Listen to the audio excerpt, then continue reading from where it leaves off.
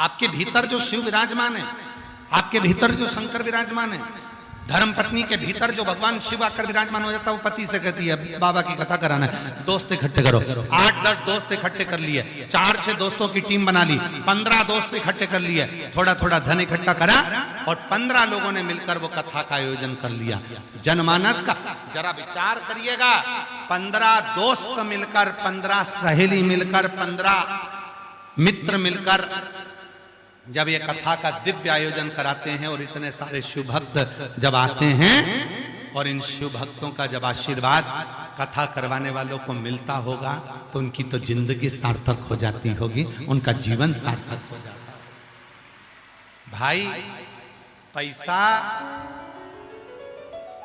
तो एक वैश्या के घर में भी होता है, पैसा तो एक पापी के घर में भी होता है, धन तो एक वैश्या के घर में भी होता है, धन तो एक पापी के घर में भी होता है, धन तो एक गलत काम करने वाले व्यक्ति के घर में भी होता है, पर उसका धन कभी ना तो शिव महापुराण में लग पाता है, उसका धन ना कभी शंकर के भंडारे में लग पाता है, उसका धन ना कभी की भूखे के भोजन में ना प्यासे के पानी में लग पाता है। अगर तुम्हारा धन कहीं शिव पुराण के भोजन भंडारे में लगा है, अपने आप को किस्मत वाला समझना कि हमारा पैसा पैसा नहीं रहा, हमारा पैसा लक्ष्मी हो गया है, हमारा पैसा लक्ष्मी। ये धन नहीं रहा, लक्ष्मी हो गया। चरण है, माता के चरणों को नमन करा, आशीर्वाद मिला, पिता के चरणों को नमन करा, आशीर्वाद मिला, गुरु चरणों का दर्शन कर, आशीर्वाद मिला, शिव चरण का दर्शन कर, आशीर्वाद मिला। अब कई माताओं के मन में आ जाता है कि शंकर के चरण का दर्शन हमें कहां हो सकता है?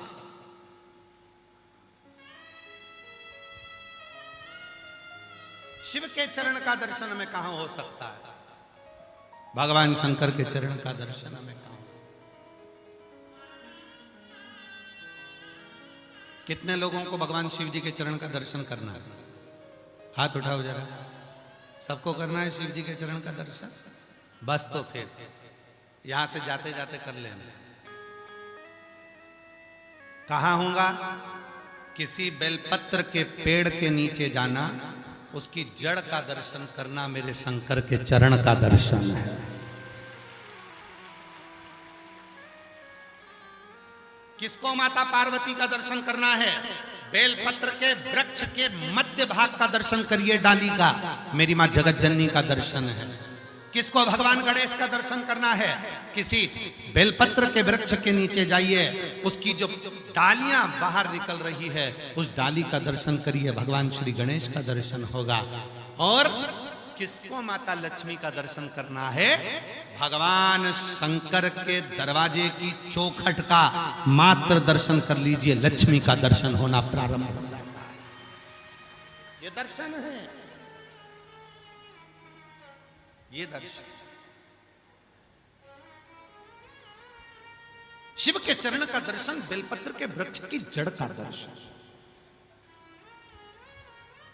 आप सभी के घर में बेलपत्री का पौधा होगा, गमले में लगा होगा, छोटा होगा, किसी के घर में बड़ा होगा, किसी के घर में छोटा होगा। उस बेलपत्री के वृक्ष के जड़ में आप दर्शन करिए।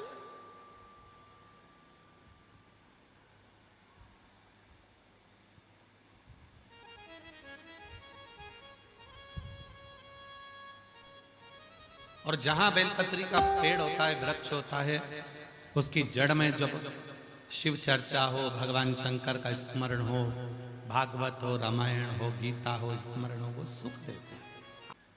तेरे दरबार की बाबा निराली शान देखी है, तेरे दरबार की बाबा निराली शान तुझे देते नहीं देता, पर झोली भरी देखी है। तुझे देते नहीं देखा, पर झोली भरी देखी है। मुख दुनिया मोड़े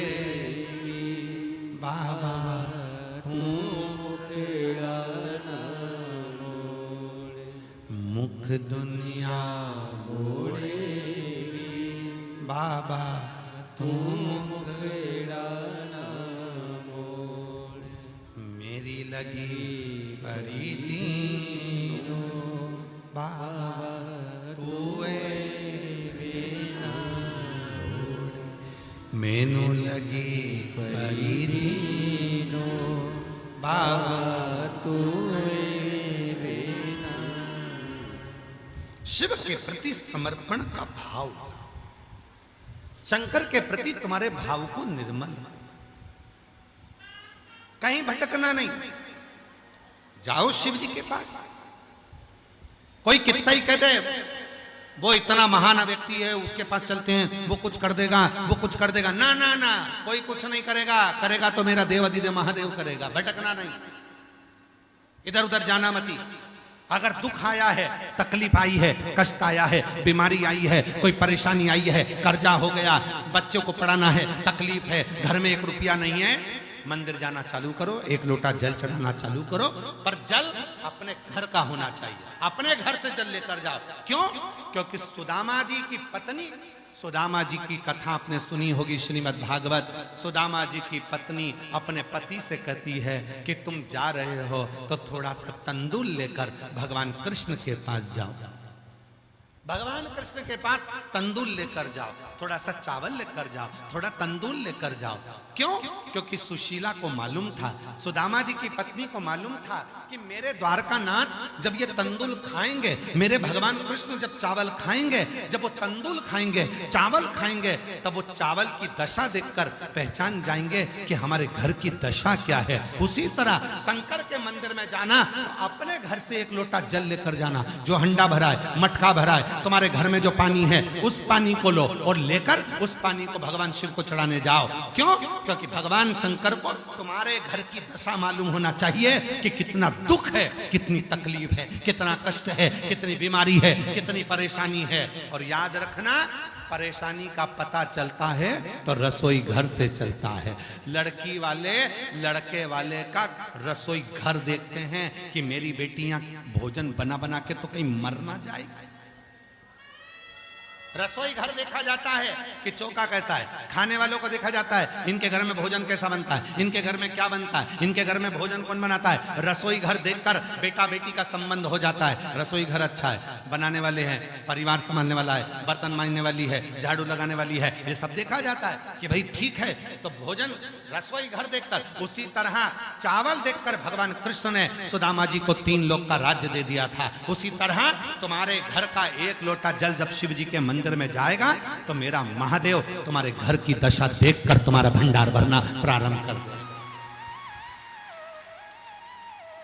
घर से जल लेकर, घर से